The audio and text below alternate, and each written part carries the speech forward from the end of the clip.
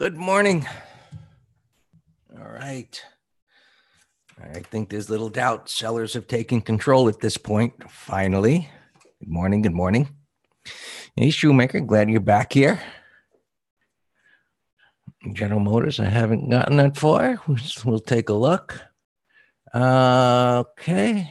All right. So oil finally giving it up here. Had been acting quite bullishly.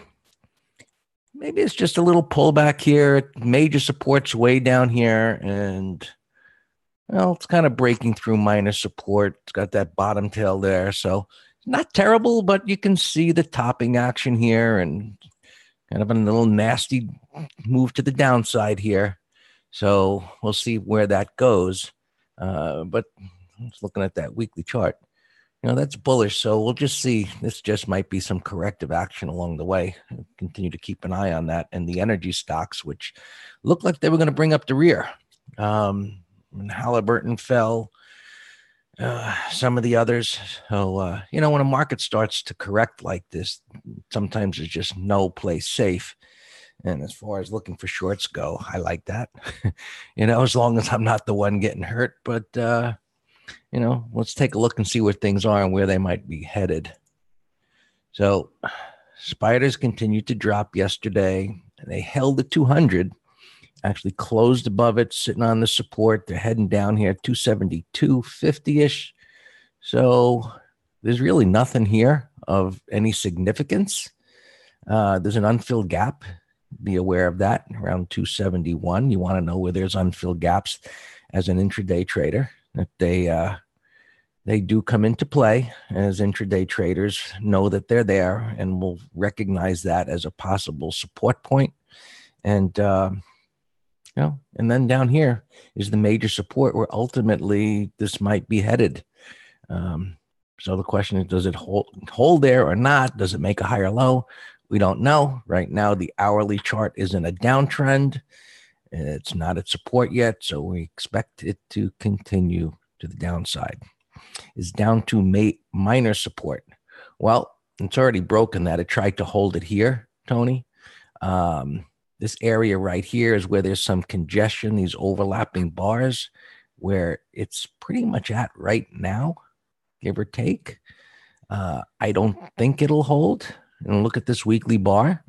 This has the look of something that should go lower. That's a pretty big bar after slowing momentum. And, so we take it day by day, week by week, see where it's going to go. Ultimately, I think this area right down here, 265-ish, could be where, a head and shoulders bottom maybe starts taking place. But we just have to see. We track it. Where's the first reference point of resistance? Prior day's high. Can it get above that? If not, it's just making lower highs. Does it make a lower low? Step by step. Where's major support? It's down here. Does it create a pivot?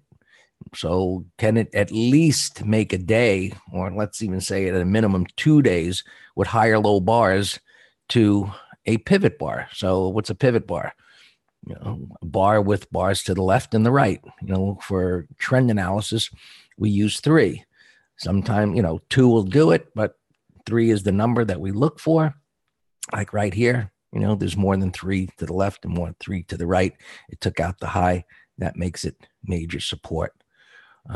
So we'll just continue to monitor. If we get a bottoming tail bar on the way down, that is a sign that buyers are taking control. We'll respect it, and then we'll see, can those buyers take it above that day's high? And how far does it go? And then as intraday traders, we look at the hourly time frame. Is it bottoming out, starting to go sideways? If it is, we'll then consider longs on the hourly or the 5-minute, step by step, multiple time frame analysis. Right now, weeklies rolling over, dailies have rolled over. And yes, we'll just look for prices to go lower until they stop. Right? Same thing here on the Qs, NASDAQ 100. Got some support down here. We're at so it broke 170, 169 here. So the assumption is it's got to go down here. I look at this from the point of view of where would I want to buy it? Well, I'd want to buy it down here. This is where buyers held it before. And now, again, I either wait for the daily chart to confirm as a swing trader, as an intraday trader. I do the same thing. Go down to the hourly chart. After a couple of days, it'll go sideways. I'll look at the 5-minute chart looking for entry points, and then we'll see if it can start moving up. And then from there, if the daily chart starts to move up, then the weekly chart will form a bottoming tail or a green bar. And then we'll see, what we look for is patterns, right? So here's a pattern, right? A reversal bar within an uptrend. We look for patterns that are in alignment with a trend and in alignment with the location. So a reversal bar in an area of minor support makes more sense than if it happens in the middle of nowhere, a void. That doesn't mean it can't go up, right? In a strong market, yes, it can, and they do. Ideally, once it creates a pivot, let's just say in the void or in midair, so to speak, the ideal scenario is a W bottom, because then it's created a significant support area and you want to get long that kind of a pattern. Russell heading down here. Right, there's the support. Can it hold minor support? Where's it at right now? 150.77. It's right there. Right there. So in a bearish trend, which this has become bearish, typically they go down to the area of major support, give or take. Right. As I said, we look at areas. Maybe it's a wide area with the prior swing there, but I'd zero in on that area down there. So as it comes here, we look for the turn. Can it take out a prior day's high? If not, just keep stepping it down, following the trend. The hardest part about this is just following the plan, because everything that's going on between our ears, turn on the TV and the media and listen to whoever, or a webinar, but just step by step, follow as I'm explaining. It's simple, but it's not easy, as they say. Right? Diamonds heading down, big reversal bar on the week.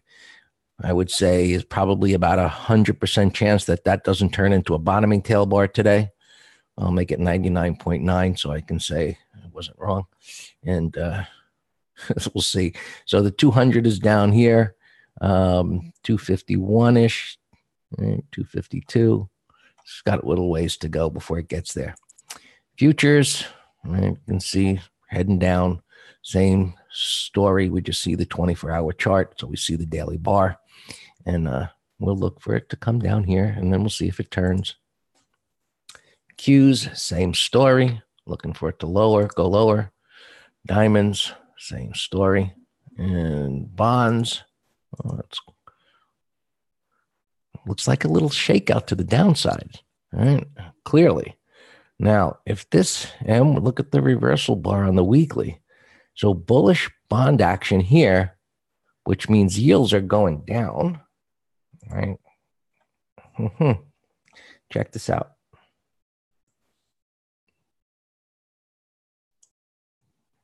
So when yields are declining while short-term interest rates are going up, and if you look at the 3-month interest rates, they've been going up for years.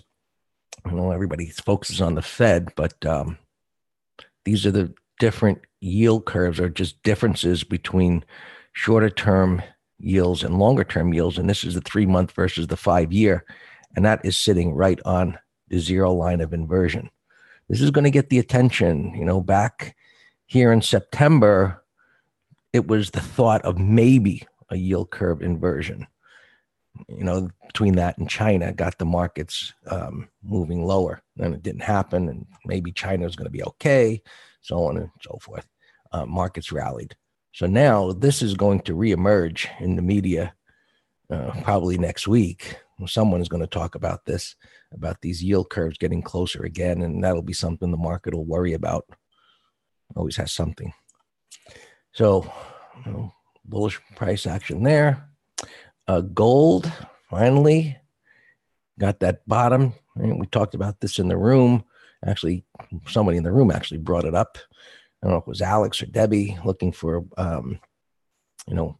gold to start moving up a little bit here. Counter trend move after breaking the support. The weekly is still in an uptrend with that major support. Right? So there's a decline, major support. Here was the bottoming action on the hourly. And this is exactly what we look for. You get a few days. And what is great about this is I love this pattern where it takes out the low. So that was a red bar, looking for it to come down here, and it turned into a bottoming tail bar. And you can see the shakeout on the hourly there. And that's a good setup to get long. So it's getting in on the turn. That's exactly how you want to do it. It happens in different ways, but this kind of bottoming action on the hourly with the right location for it to happen, a little bit of a failure pattern, a higher time frame is in an uptrend. And as a day trade or even as a swing, a short-term swing, that's a nice setup. Now, will it get back up to the high? That doesn't seem likely without some kind of reaction in this area, because what was support becomes resistance. You got the 50 MA there. So there's going to be some sellers here. And you'll then, I didn't mean to do that. Just reverse the process that I explained and see if it rolls over or whether it can get through this area right here.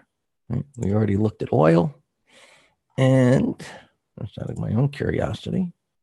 Oh, euro heading down again. It tried to hold and collapsed again.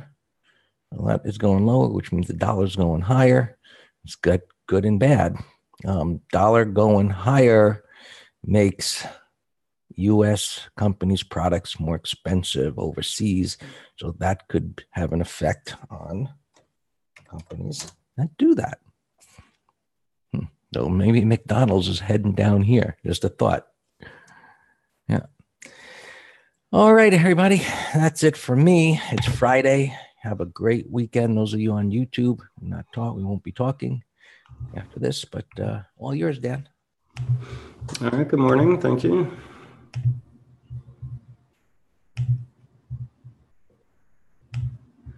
Yeah, whatever, the concern, again, slower growth in Europe, and, we know they've been a mess compared to our markets. But whatever Draghi did or didn't do yesterday, he's going to keep interest rates the same longer, etc. All right, our opens. We closed out our IWM at a nice profit yesterday. I'm still kicking myself not getting us into diamonds yesterday. I was getting us into other things and managing opens. We have a Tesla put spread that expires today. We did it on relative strength yesterday, had a weak close. If we were long the stock, we definitely would have been out. But, the short put here is 270. And it's actually relative strength today to the other FANGs and the broader market gap down. So let's see if we can hold right here. And I'll be keeping an eye on it.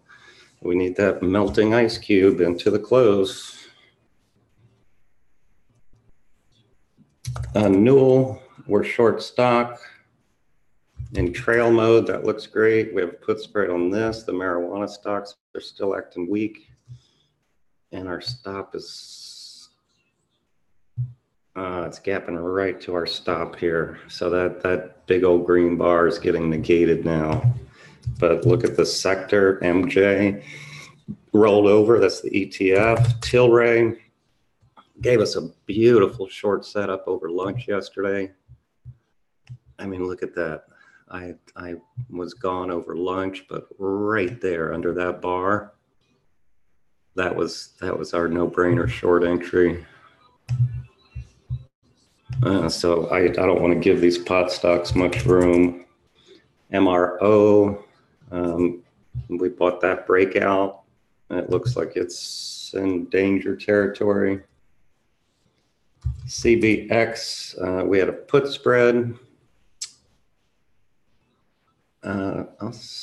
see if that was stopped yesterday, but it's the 120 that expires today. And yeah, oil stocks are weak here today. Ali, we're short stock, and we've covered 2/3 of the position into weakness. I can't tell if it's gapping or not. I see a print here below and above. Keep an eye on that. IAC, we have a bear call credit spread, looks fine. FISV, we're long stock, and it looks like that's going to stop out. NUE, we are short stock. Netflix, we have a bear call credit spread, and we might put on another one for next week. 245. So it's gapping way under the week's low. So I like that. Let's and we'll just let today's expire worthless. We're short ITA, IYT. These are in the ETF letter, XAR, all those look great. DBX, we shorted stock yesterday. Dollar Tree, relative strength, we bought stock. And on that incredible relative strength here. And I tightened the stop. It looks like it's, volatile here pre-market. Tyson, the 1, 2, 3 actually triggered yesterday, so we're long stock. No, I'm just watching GPS. We're not in it. KHC, we're short stock.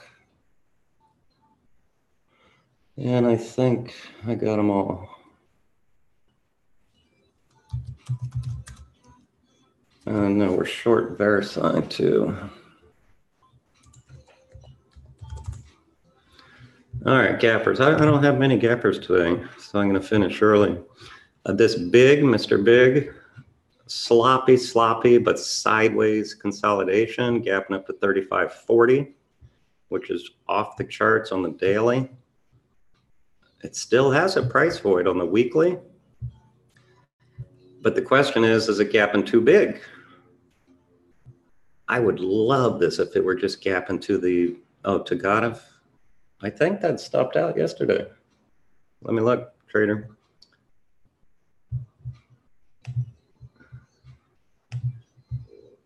I'll look right now.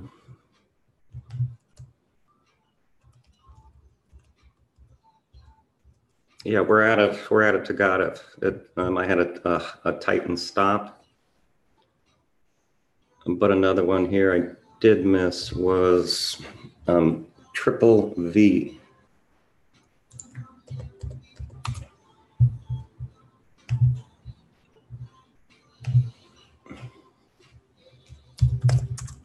Cron, yeah, Cron. Yeah, we have a put spread on Cron, right? I mix up Cron and CGC. Yeah, we're in Cron. Correct. Yeah, I mentioned that one.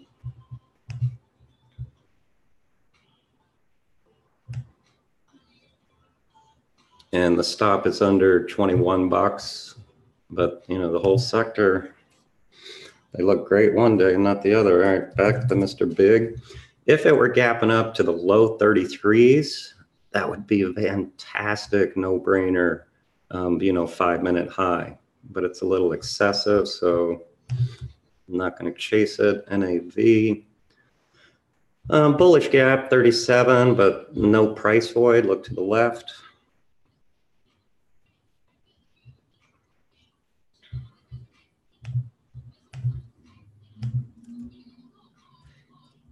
Cron, oh yeah, I do have stop 2138. Yeah, let's give everything 5-minute lows.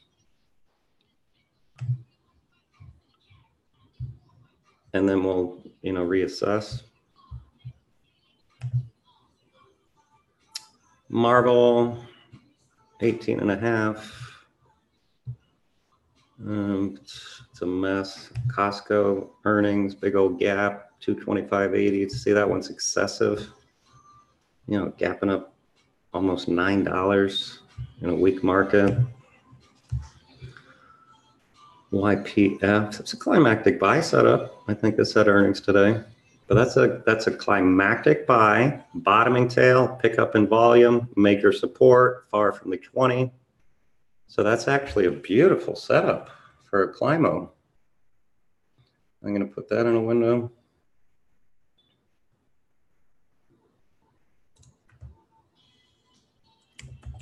Just for a little day trade. Trove, it's a penny stock toy, no interest. Cream. We were looking at that one yesterday. Look at it tanking pre-market. And this was this was earnings, this big ugly day. I did want to sell a call spread that day, but there was no juice. But then yesterday we were watching it as a short. KR, nothing. Tyson, we're in.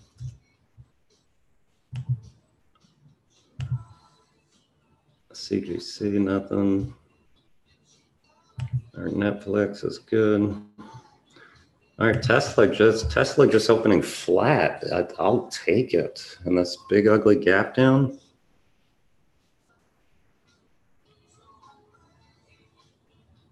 Waited on EB. Glad I waited on EB yesterday earnings. Echo Bravo.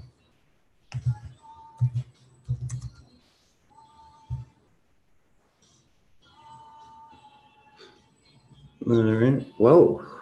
Whoa, that thing's gapping to all-time lows. Ugly.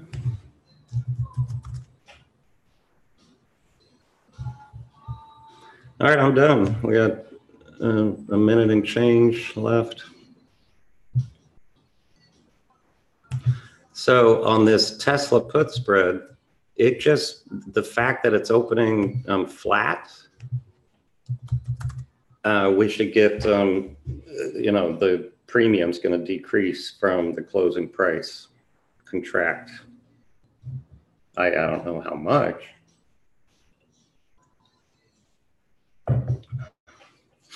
Hey trader, remember we were looking at Echo Alpha and see, remember I said I don't want the